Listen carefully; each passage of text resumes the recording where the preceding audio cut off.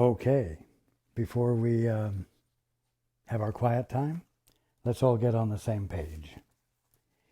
If you're reading from the Sparkly Book, it's page 419, the last paragraph. In the second edition, it's page 369, paragraph 8. In the first edition, it's page 344, the second full paragraph. If you're reading from the ACIM, it's page 175, the last paragraph. And if you're reading from the CIMS edition, it's page 353, paragraph 71. Okay.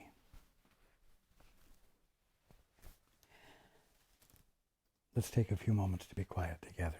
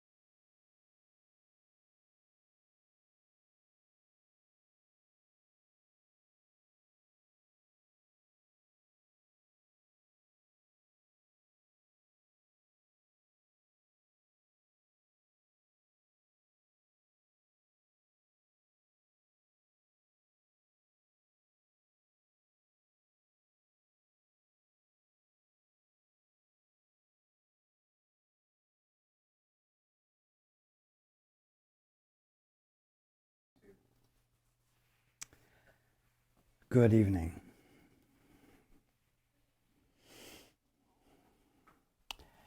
And welcome to everyone who's joining us on the internet.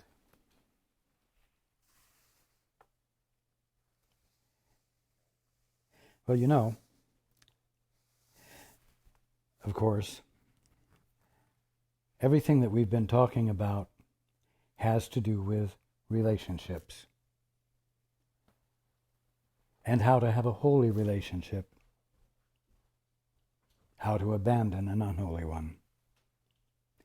And we've been talking about the fact that you are in relationship with everything, not just each other, but with every part of God's creation. Tables, chairs, lamps, sky, clouds, everything.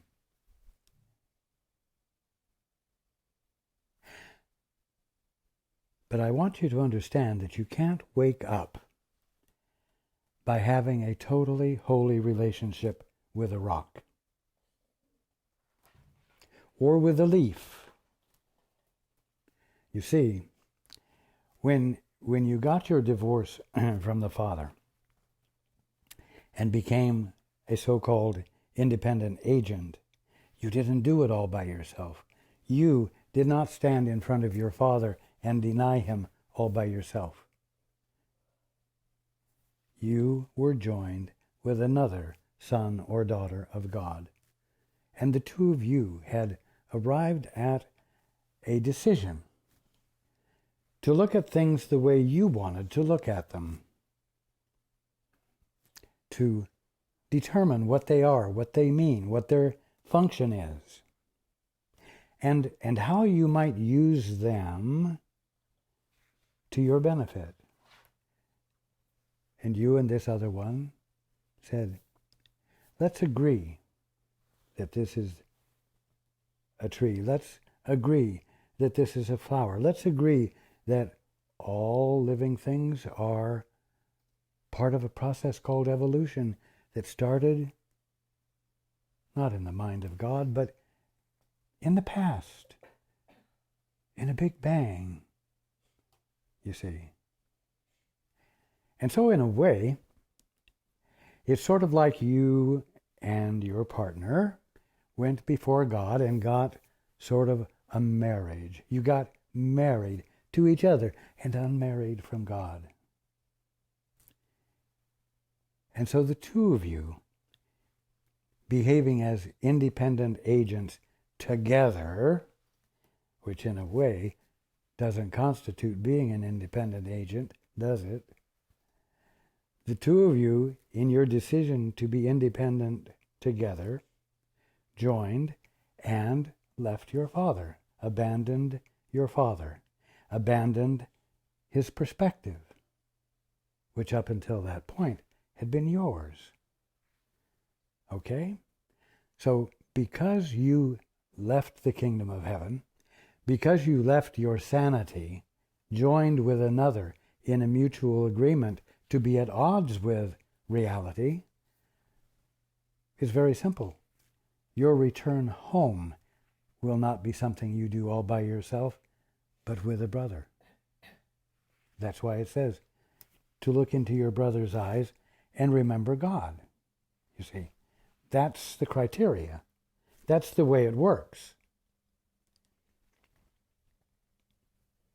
I know it seems like it would be much easier if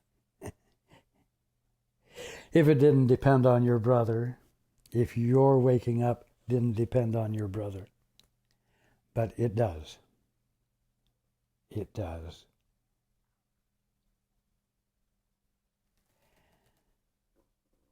Now, we read last week that the power set in you, in whom the Holy Spirit's goal has been established, because you decided to let it in, is so far beyond your little conception of the infinite that you have no idea how great the strength that goes with you. And you can use this in perfect safety. Yet for all its might, so great it reaches past the stars and to the universe that lies beyond them, your little faithlessness, it doesn't take a lot, your little faithlessness can make it useless if you would use the faithlessness instead.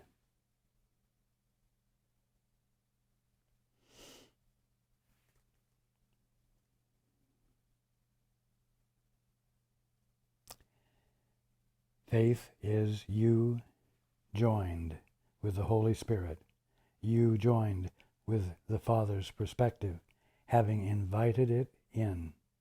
It is you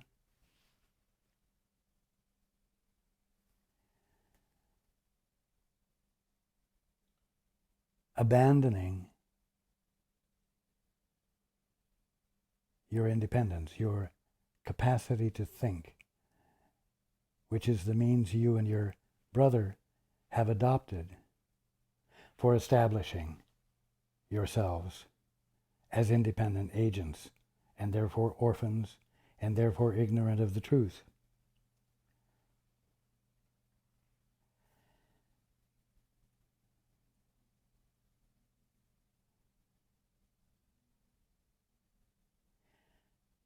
Now,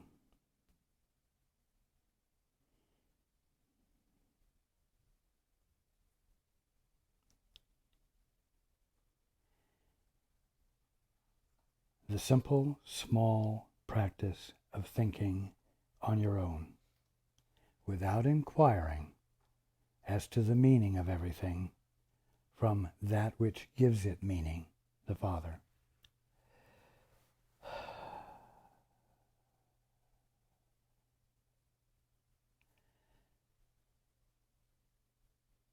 causes you to experience everything in a totally distorted fashion. And although you seem to be in partnership with your brothers, you are independent from them, behaving independently together, and therefore apparently in concert, in union with them,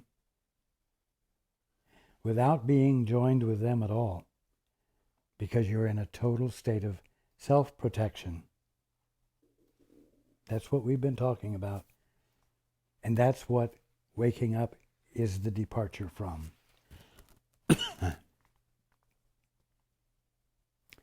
That little bit of thinking is really a full act of independence from God.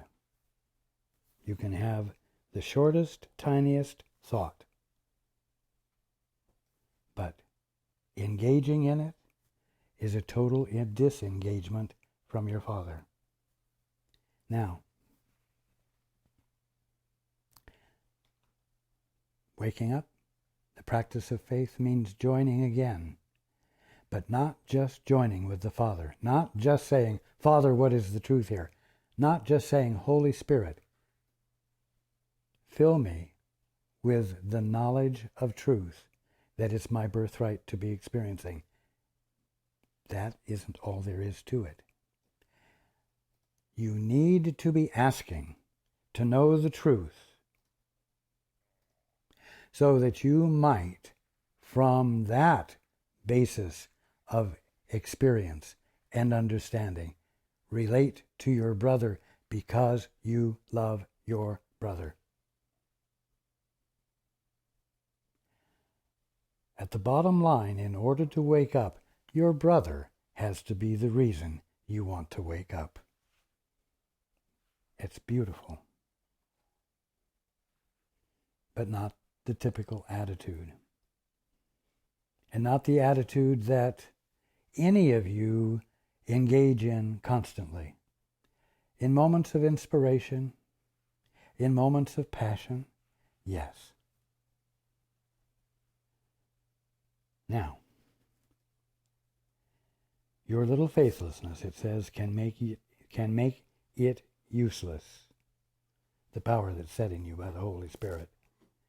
If you would use the faithlessness instead. Yet think on this and learn the cause of faithlessness. You think you hold against the other what he has done to you. You see, it's one thing to talk about recognizing that a leaf, a flower, a tree, whatever, does not have faithlessness in you, does not express faithlessness in any way, but presents itself unadorned with thoughts, opinions, attitudes, as what it truly is, letting the Father's purpose shine through to you. And so it loves you, truly. But your brothers don't, for their own reasons. And so they bring faithlessness into the picture as well as you. Now, think on this and learn the cause of faithlessness. Where does this willingness, I'm going to say, to approach your brother on the basis of your best judgments and thinking come from? Why do you do that instead of approach your brother with faith, joined with the Father and his perspective? You think you hold against the other what he has done to you, but what you really blame him for is what you did to him. What you did to him. Well, when you choose to be unjoined with the Holy Spirit or the Father, and you are basing everything on your best thinking, your best reasoning, your best judgments,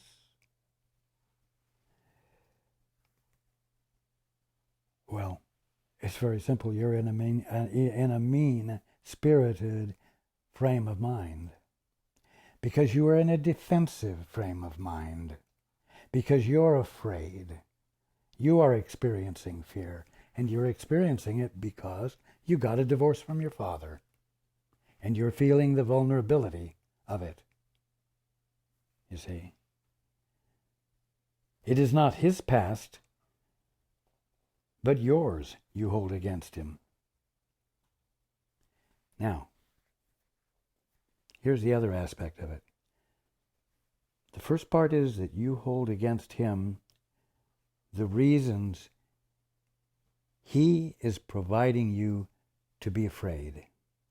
And yet the reason you're afraid is not because of what he's doing, but because you've chosen to look at him and be in a state of independence from your father, unplugged from your source. And that is an experience of vulnerability. And so, what you really blame him for is what you did to him. What you did to him and what you're doing to him is you're looking through the lens of your so-called independence and through the lens of your fear and your guilt. And you are determining what he is on the basis of your lousy frame of mind.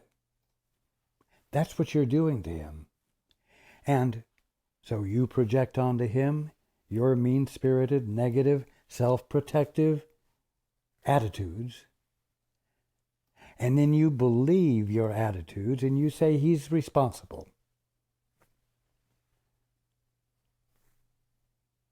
Now, he's the Holy Son of God, just as you are. But when you look at him and when you look into his eyes, you see his past. You see his humanness. You see his foibles. But the foibles you see are the ones you've projected onto him, because you're not having an actual connection with him. It's not love. It's not a union. It's not a partnership. It's not even a relationship. It's an attempt to be out of relationship with someone. It's an attempt to be out of relationship with someone. You see the craziness of it? It's an attempt to be together independently. You're doing that to him. And that's what you don't like about him. That's what you're afraid of him for. What you really blame him for is what you did to him. It is not his past, but yours you hold against him. And you lack faith in him because of what you were. You, the one who got a divorce from your father. You, the one who chose to be independent. You who chose to behave as though you could be independent and become something important. Yet, you are as innocent of what you were. You are as innocent of what you believe you are and what you want to be as he is. And there's the miraculous answer. You are as innocent as he is. Why aren't you willing to see that? You need to ask yourself that question. And I'll tell you, there's only one answer.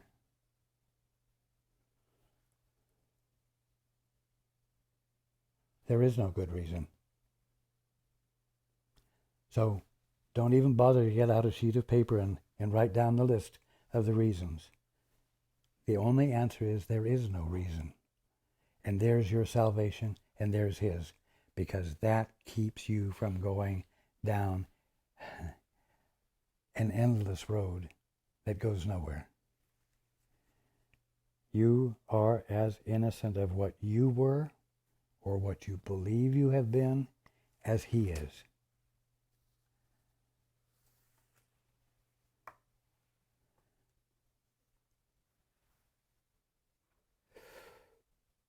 That idea can be very demanding. It can knock the breath out of you. It can make your mind expand or let go of some of its limits. you are as innocent as he is. He is as innocent as you are. You are simply called upon to release yourself and him from the mean-spirited, small-minded perspective that you've been engaging with him from, and that you have been using to determine the meaning of your relationship. You must be willing to say, there's no good reason for me to be doing this. I don't have to go look for the reason I'm doing this. I simply need to consider the possibility that my brother is as innocent as I am, that I, the Holy Son of God, am as innocent as he is, the Holy Son or daughter of God that he or she is. You see, you need to shift to a different perspective and simply abandon the one that is meaningless. What never was is causeless and is not there to interfere with truth. Whatever you saw about your brother that you're holding against him, whatever negative that you have projected on him that you are holding him responsible for, is causeless. It's not actual. It's an imagination. That's all. What never was is causeless and is not there to interfere with truth. Therefore, truth hasn't been interfered with. Therefore, reality, the kingdom of heaven, that you are in the process of becoming willing to let register with you,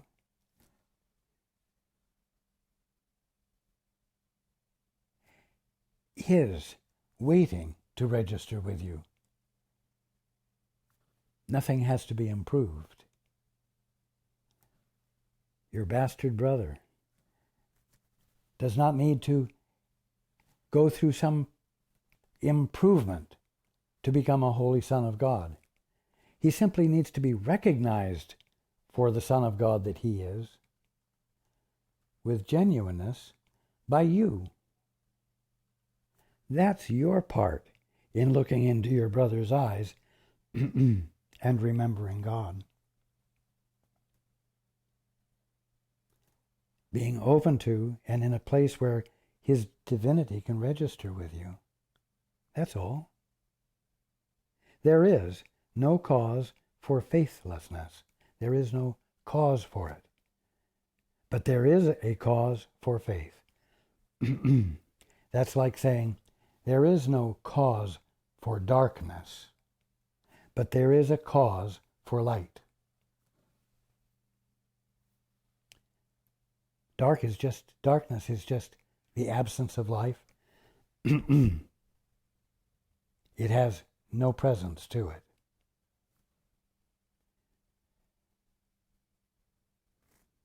Faithlessness has no presence to it either. It has no cause. There is no cause for faithlessness, but there is a cause with a capital C for truth, for faith. That cause has entered any situation which shares its purpose. Now, I must say that any situation that exists shares God's purpose, because in actuality the situation is God moving, God appearing. But that doesn't mean that any situation which shares God's purpose is experienced by you as that which shares God's purpose, when you are intent on determining what the purpose of everything is from your private, personal standpoint. And so you don't see the truth. And you're not in a position to relate to the truth, to the reality of the situation, the reality of the relationship.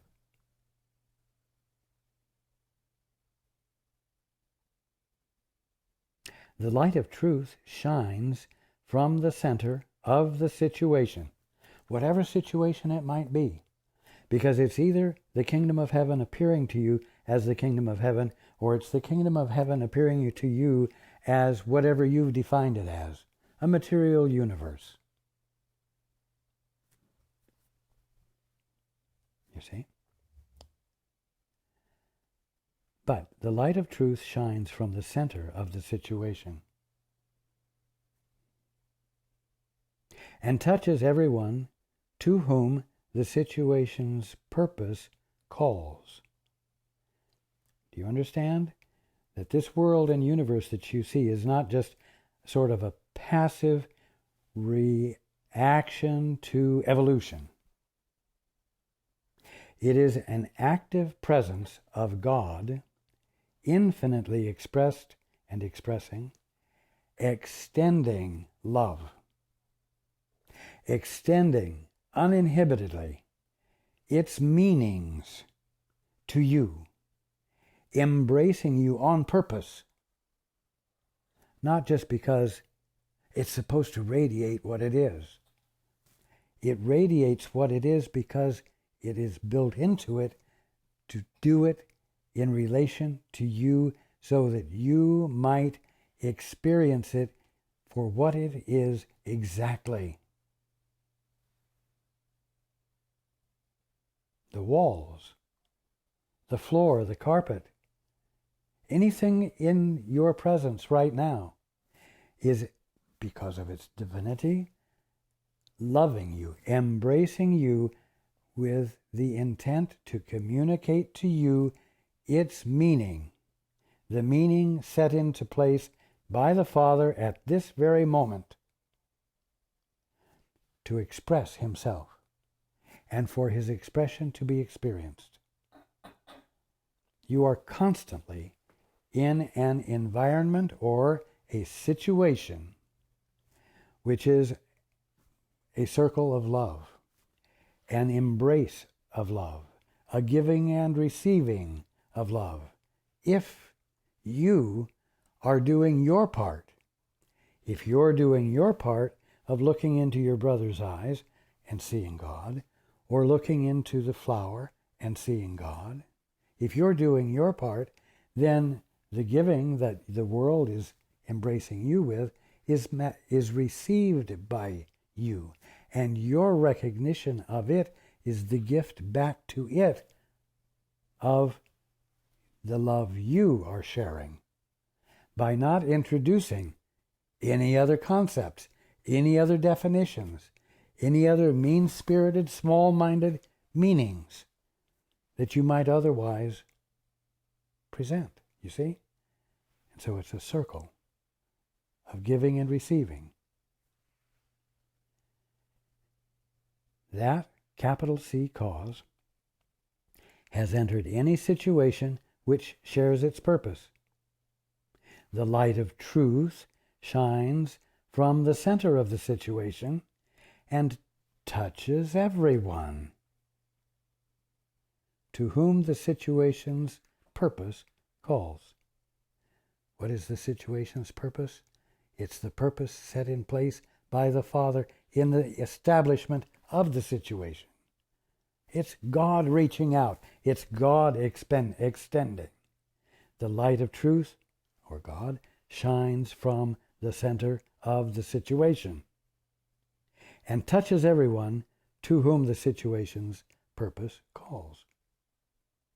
And it calls to everyone, and therefore it touches everyone, but not everyone experiences it if they are inserting their definitions in the face of it, in the face of the gift, and turning the gift into something it's not, thereby causing the one changing the meaning of the gift to miss seeing God.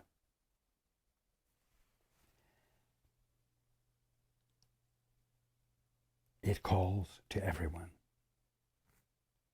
The purpose in the situation. And not only that, like I said, it is a call of love. It is a conscious embrace of love in which you are blessed by the gift of love.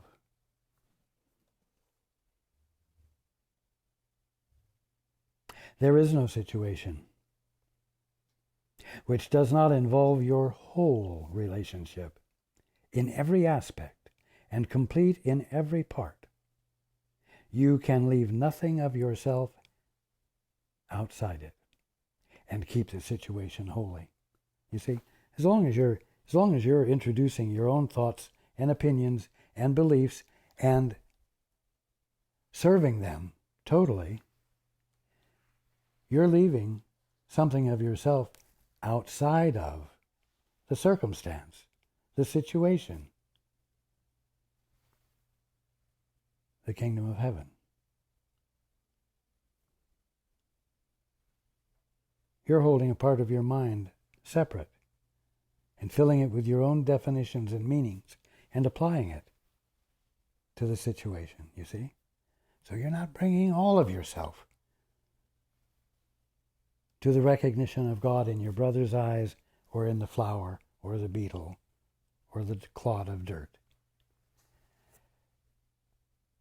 You can leave nothing of yourself outside it and keep the situation holy, for it shares the purpose of your whole relationship and derives its meaning from it.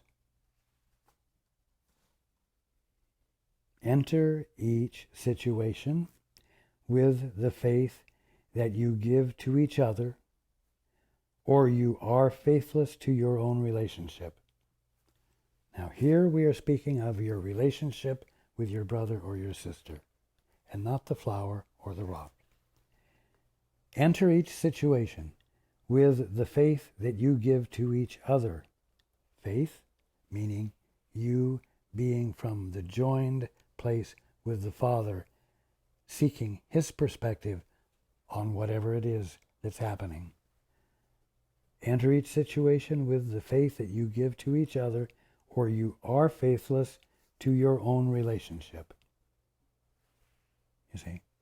And you will not get into the kingdom of heaven, which means you will not see transformation in front of your eyes, where illness is replaced by health, where lost limbs and organs through surgery are restored, where wholeness takes the place of partiality. You see?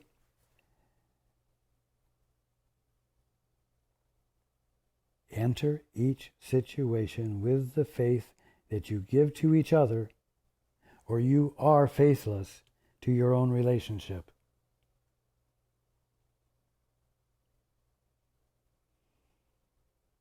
That's the way you continue to dream. And that's the way you avoid returning to your sanity. That's the way you avoid the call from every situation, the call to you to recognize in it God, so that you might be in harmony with the Father's perspective, having released your insistence upon your own will. Your faith, your joined state, will call the others to share your purpose, as this same purpose called forth the faith in you. You see? Oh, here we're back to this word, involvement. Now, you're all very aware of what is happening on your globe presently. It's a call for involvement. It is involvement expressed. In other words, the call for involvement has brought involvement forth. And some of you think it's messy, and some of you think it's negative, and some of you see it as salvation. Well, the point is that not everyone is sitting home in isolation and with their own private thoughts thinking, well, I'm glad the Egyptian spring is happening in Egypt and not here. my God, I might have to become involved. I might have to get off my couch, and I might actually have to make telephone calls or go down where the group is gathered to be counted so that what is happening can be seen as something worth paying attention to by those with the cameras that give attention to things, you see. Oh yeah, involvement. Your faith will call the others to share your purpose. You're joining with the Father and wanting the Father's perspective because it's your own sanity. Will call the others to share your purpose, as this same purpose called forth the faith in you. And you will see the means you once employed to lead you to illusions transformed to means for truth. Well, what was the means you once employed to lead you to illusions that might be the same that would lead you to truth? You employed the use of your attention. In both cases, it's the use to which you're putting your attention that makes the difference. Using your attention, applying your attention to your best thinking, your private thoughts, leads you to illusion. But taking that very same attention and giving it to the Father, or saying, Holy Spirit, what is the truth here? And abandoning your isolation, that leads you to truth. You see? So you will see the means you once employed to lead you to illusions transformed to means for truth. You see? You see how simple? You don't even have to be educated or learn something new. You just have to turn your attention from here to there. And you already know how to employ your attention. Don't have to learn anything there. You see? It's so simple. When the Holy Spirit changed the purpose of your relationship by exchanging yours for His, the goal He placed there was extended to every situation in which you enter or will ever enter. And every situation was thus made free of the past, which would have made it purposeless. So the changes going on your globe are the means of abandoning the past, but just having objection, just speaking up, just joining together in concert in itself is not enough. The joining together needs to be illuminated by everyone, each one, as many of you as are willing to do it, to be involved while asking, Father, what is called for here? Father, what is the transforming truth? Father, what is the simple pivot point? Not the complicated one, the simple pivot point upon which this whole picture could shift. Inspire me, because I want to know and I want to share it, because I want there to be peace. Tell me, illuminate to me the truth, the simple answer.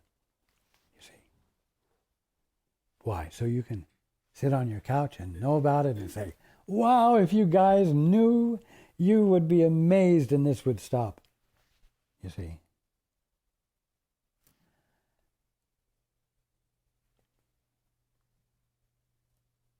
So the holy instant, practice of the holy instant, and learning to see the truth means nothing if it isn't brought into your relationships actively. your faith will call the others to share your purpose, as this same purpose called forth the faith in you. Oh, you mean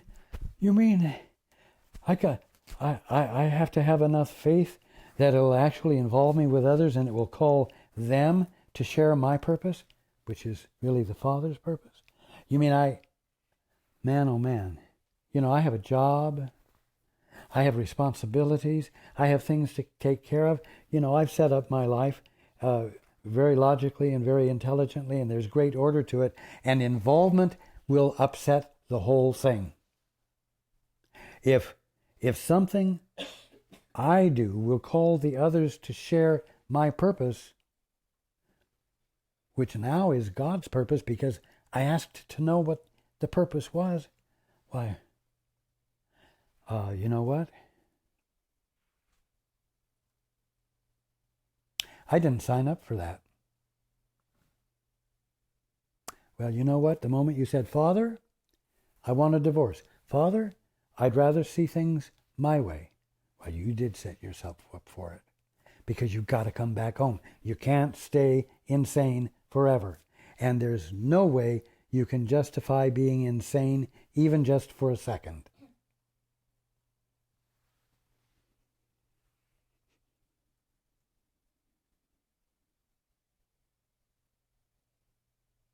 When the Holy Spirit changed the purpose of your relationship by exchanging yours, the one you made up, for His, the goal He placed there was extended to every situation in which you enter or will ever enter.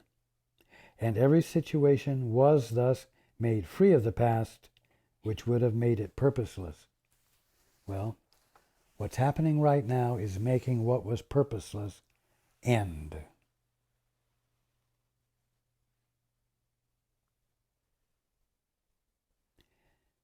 You call for faith because of Him who walks with you in every situation. Him has a capital H. That's the Holy Spirit. That's the Father. And that is your brother and sister. You call for faith. You insist upon, you desire to join and be joined because of Him who walks with you in every situation. The Holy Spirit, the Father, and your brother. But your brother is the key, because without him, you won't go home. And without him and you together, he won't go home. Unless he finds someone else to do what you're unwilling to do, who will bring to the situation the one thing that hasn't been brought to the situation. You are no longer wholly insane, nor no longer alone. For loneliness in God must be a dream. Now, mind you, you're never alone, but you think you are alone, and you feel like you're alone. But that's because you said, Father, I'd rather do it myself. Back off. I'm not comfortable, but I'm not so uncomfortable that I would abandon my destiny that I've put in front of me. I'm not ready yet.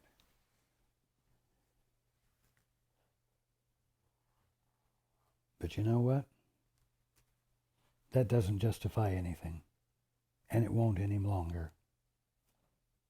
I'm going to tell you that waking up is imminent, and you're not going to have the choice, because the rapidity with which awakening is occurring, the rapidity with which the transformation is occurring, is such that there is a rapid decrease of those joined in maintaining the illusion of separateness and the validity of it. And it's just going to become harder and harder to maintain the status quo. You're seeing some of that on your globe right now. And don't be too quick to discount it. because there's no order to it, because there's no plan to it. Stop discounting it and start listening for what the plan is. Start listening for what the purpose is, what the goal is, what the call is that's coming from the situation, because God is in the center of every situation, because every situation is the kingdom of heaven perceived clearly or misperceived. So stop engaging in judgment, because that's misperception, and start inquiring, what is the answer? What is my part?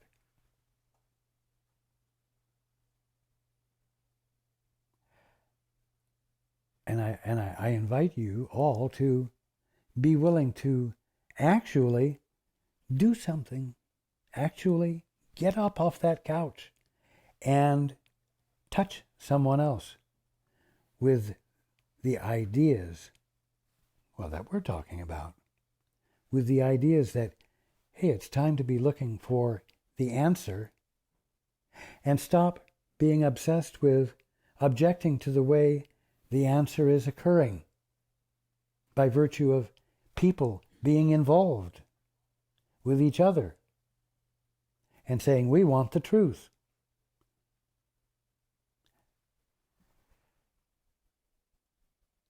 You whose relationship shares the Holy Spirit's goal are set apart from loneliness because the truth has come.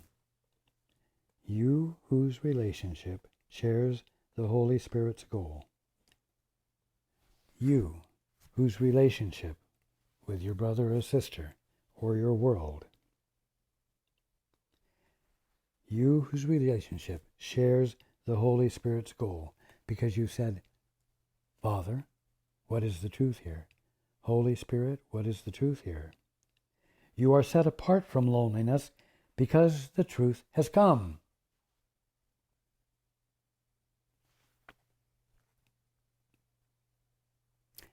If you've asked and you meant it and you listened and you didn't abandon the listening until the clarity came, then truth has come.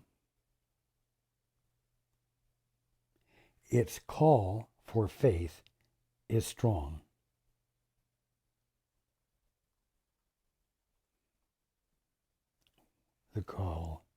Its call for faith. What's the it? Your relationship. Your relationship with your fellow man. Your relationship with your fellow man in Italy, or your fellow man in Cincinnati, or your fellow man in Seattle, or Japan, or India, wherever. Its call for faith is strong. What? Faith in what?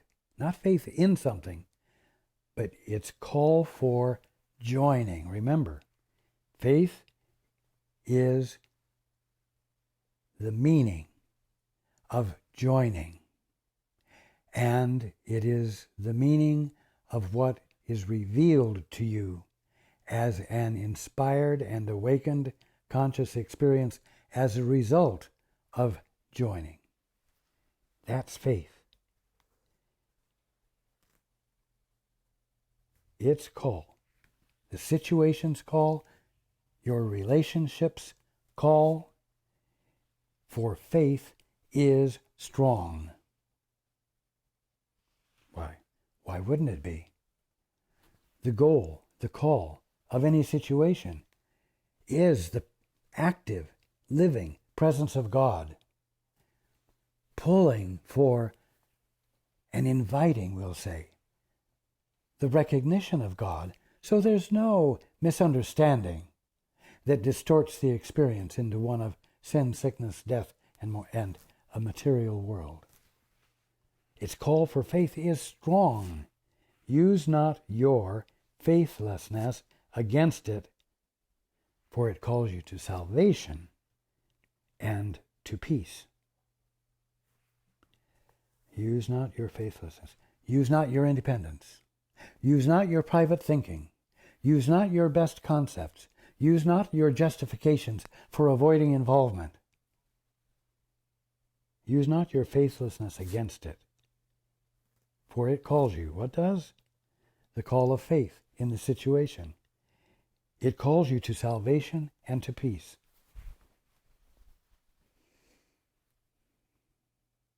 Now,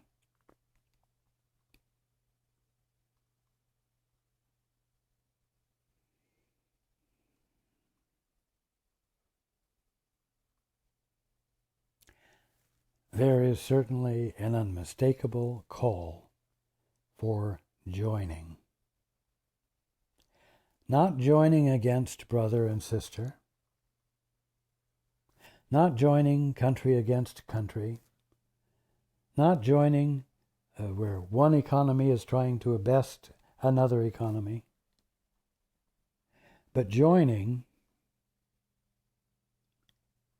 with the Holy Spirit, joining with the Father, asking to be inspired with the truth, with the answers that will specifically contribute to the healing of inequity, of dishonesty, of all of the things that undermine the experience and the expression of human decency.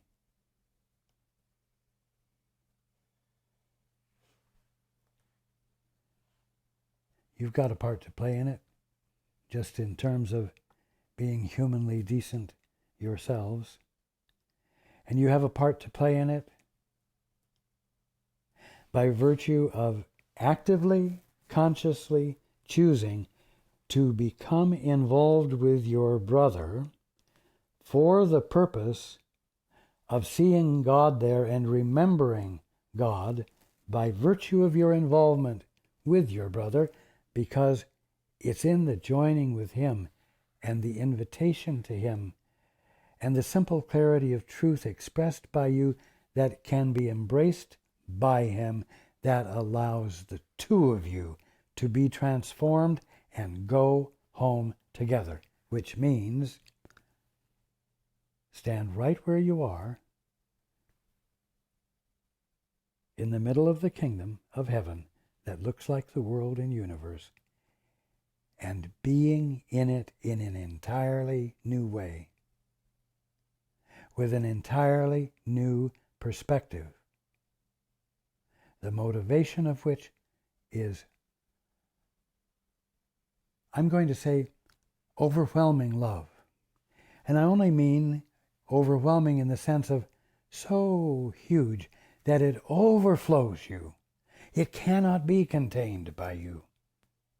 And you must let it out, and you must let it be the call, the circumstance that everyone else experiences as that which causes them to say, not my will be done, but thine. And join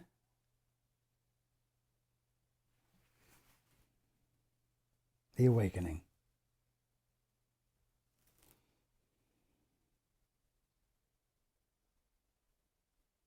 I love you all.